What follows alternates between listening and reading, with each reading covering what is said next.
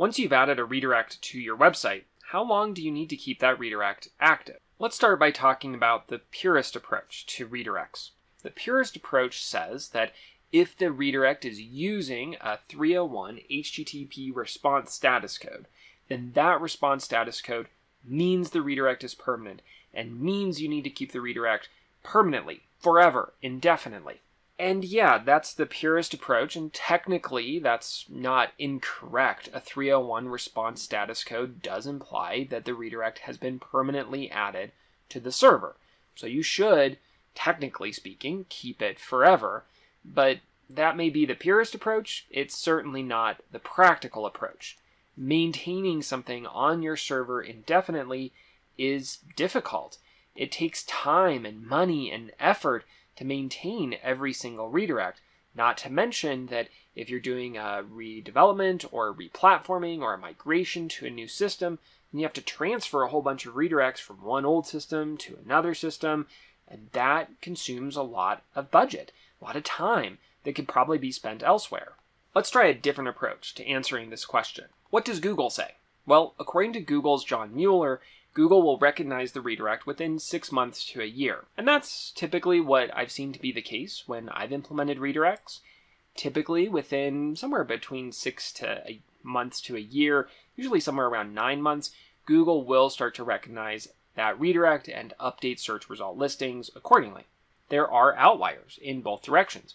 Redirects that take much longer than a year for Google to pick up on, as well as redirects that Google might pick up on within a matter of days.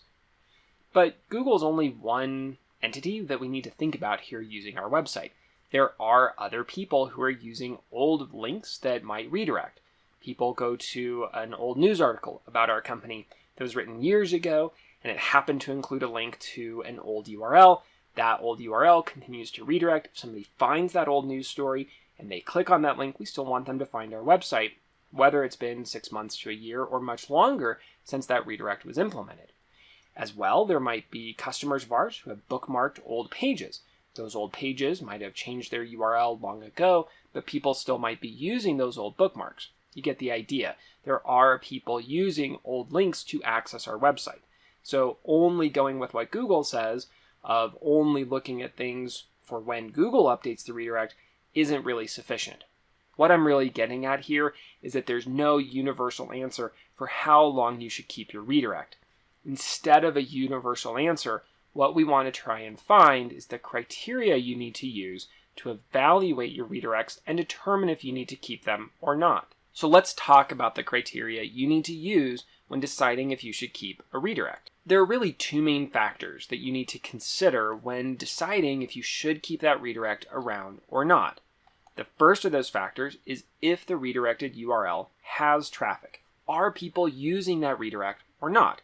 If people are using the redirect, then you probably want to keep that redirect. And second, does the redirected URL have backlinks? Now, backlinks has a couple of factors to it. First, it feeds into the first question of, do you have traffic using those redirects? Right? People might find a backlink that redirects somewhere, they click on it, they try and come to your website. You want to maintain that. But backlinks also play an important role for SEO. To really oversimplify, Google uses backlinks to help evaluate your website's health and quality and authority. And so Google is going to look at those backlinks and say, well, I want to find sites that have more backlinks. If you don't maintain backlinks that happen to redirect, if you just let those error out because you've removed that redirect, those backlinks are essentially gone from your website, and they're not going to help you in Google's eyes. So if you have backlinks or if you have traffic, then you want to keep the redirect. Of course, you can be a little bit more nuanced in answering that. Are there enough backlinks to keep it? Is there enough traffic to keep it? If only a couple people are visiting your site using that redirect, that might not be worth maintaining. But if several thousand people are visiting your website because of that redirect, that probably is worth maintaining. Same thing on backlinks. If it's 1 or 2 sites linking to an old URL and that happens to redirect, that's probably not as worth maintaining as if there were hundreds of websites linking to that old URL. Let's talk about each of these in detail, starting with evaluating traffic to the redirected URLs. There's really 2 ways of measuring traffic to the redirected URLs: log file analysis and analytics tools. In this case, we'll talk about Google Analytics with UTM parameters. Starting with log file analysis. The web log stores information about each request made to your web server, including requests made to the redirected URLs. So the first step is you want to download your log file. There's lots of different ways to download your log file depending on your server configuration. Just to run through those really quickly, in WP Engine, you can access logs within the user portal. In IAS, you typically have logs stored in a central location. On Apache servers or servers with cPanel, these are also stored in a central location. You can also find the log files on the main cPanel interface with a link that says Raw Access. Now that you've found your log file, the next thing you want to do is open your log file. And there's lots of different programs you can use to look at and evaluate log files. I just want to show you a really simple way to do this in Excel. When you open this in Excel, every hit to your website will appear in an individual row. Let's look at a specific row and go through this and see what information we need to pull out. The first piece of information we want to pull out is the URL that the user requested. The second piece of information we want to pull out is the status code. In this example I was showing, the status code is 200. A 200 indicates the page loaded normally and was not a redirect. What we're looking for to find redirects would be 301 or 302 response codes. So now let's move on and talk about finding the redirects. In Excel, we can do some basic text filtering, and we can filter down to anything that includes a 301 in its entry. Next, we want to get the individual URLs. In the cell next to the log entry, you want to put in this formula. I'll put this formula in the comments below, so that way you can just access that and don't have to copy it off this screen. When you use that formula, it will pull the URL into a separate column. Now we have all the individual URLs that redirect. And our next step is to count them up. So once we count them up, we can see how many times somebody attempted to access a URL that redirects. This first URL was requested 27 times, next one 14 times, 11 times, 9 times, and so on. So this gives us an indication of how many times bots and humans were trying to access this URL that redirected on Elementive's server. If you don't want to go the log file route, you can also track redirects in Google Analytics. And there's really two simple steps. You want to add the tracking code, and you want to review the data. So we want to add UTM Tracking to our redirected links. For example, let's say that we're redirecting from mysite.com/a.html to mysite.com/b.html. And we want to know how many people are using this redirect, and we're going to do this by using a UTM parameter.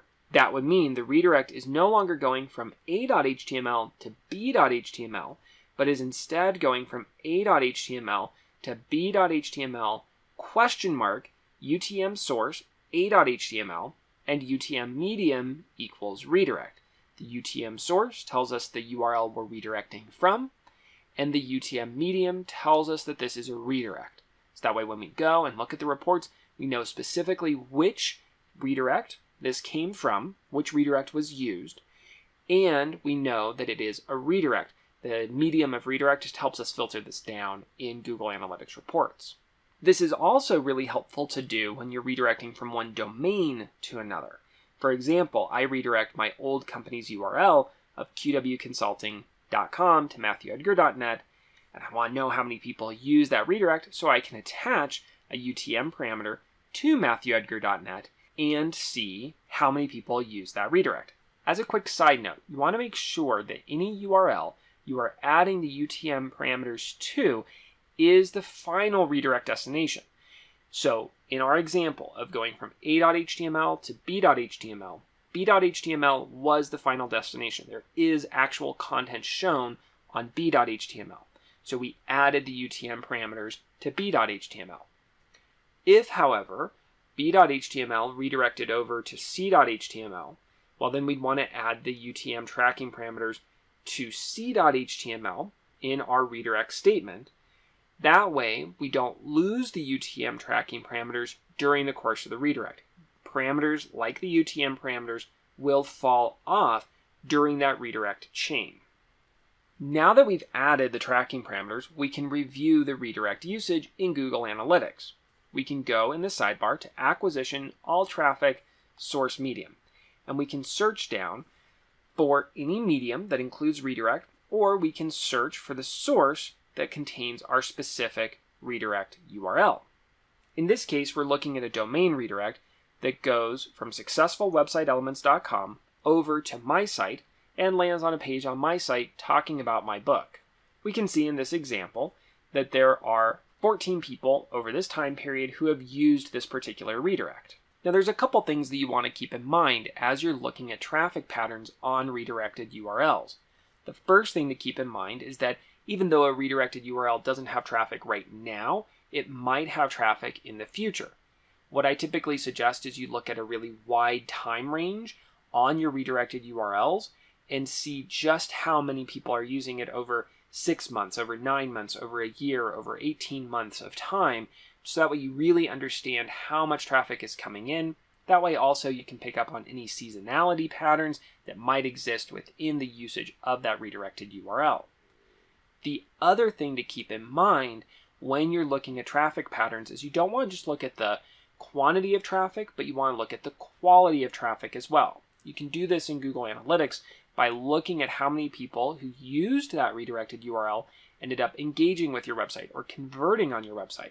If more people who use that redirected URL end up converting or engaging, then it's even more important to keep that redirect active.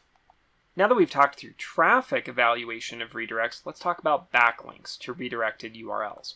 What we're really going for here is to see if other sites out on the web are still linking to the redirected URL.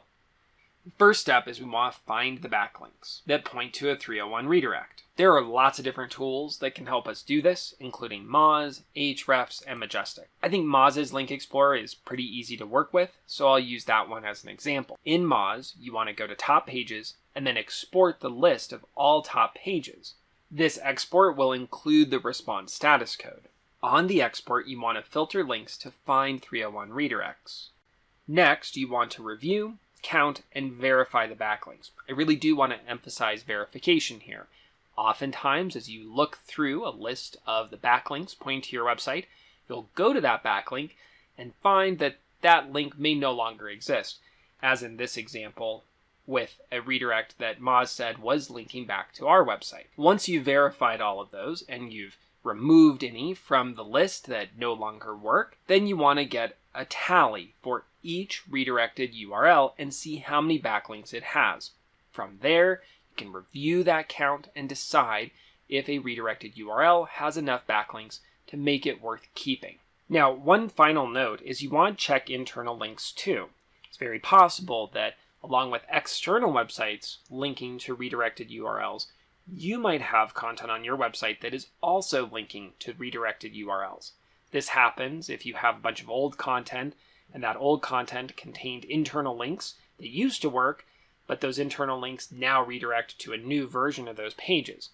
Before you remove a redirect, you want to go through your own website and make sure that you're no longer linking to that redirected URL you're about to remove. All right, let's wrap up here with a few final thoughts and a recap.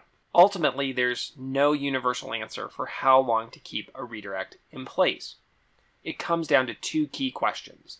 How much traffic does that redirected URL generate, and how many people are linking to that redirected URL? You want to keep the redirect for as long as the redirect is useful. Now, one more question here is how often should you check traffic to redirected URLs? How often should you check links to redirected URLs? I think for most websites, you're probably okay doing this once a year, maybe a couple times a year for regular maintenance. That way, a couple times a year, you're going through and getting rid of any redirects that are no longer useful. However, if you're about to embark on a redevelopment or a replatforming of your website, then you do want to step through and check redirects then. You want to go through and decide if you need to move any redirects over to the newly developed version of your website or to the new platform powering your website. If you have any other questions about redirects or other technical SEO subjects, please let me know. If you found this video educational and enjoyable, please subscribe for more videos like this from Elementive. Thank you for watching.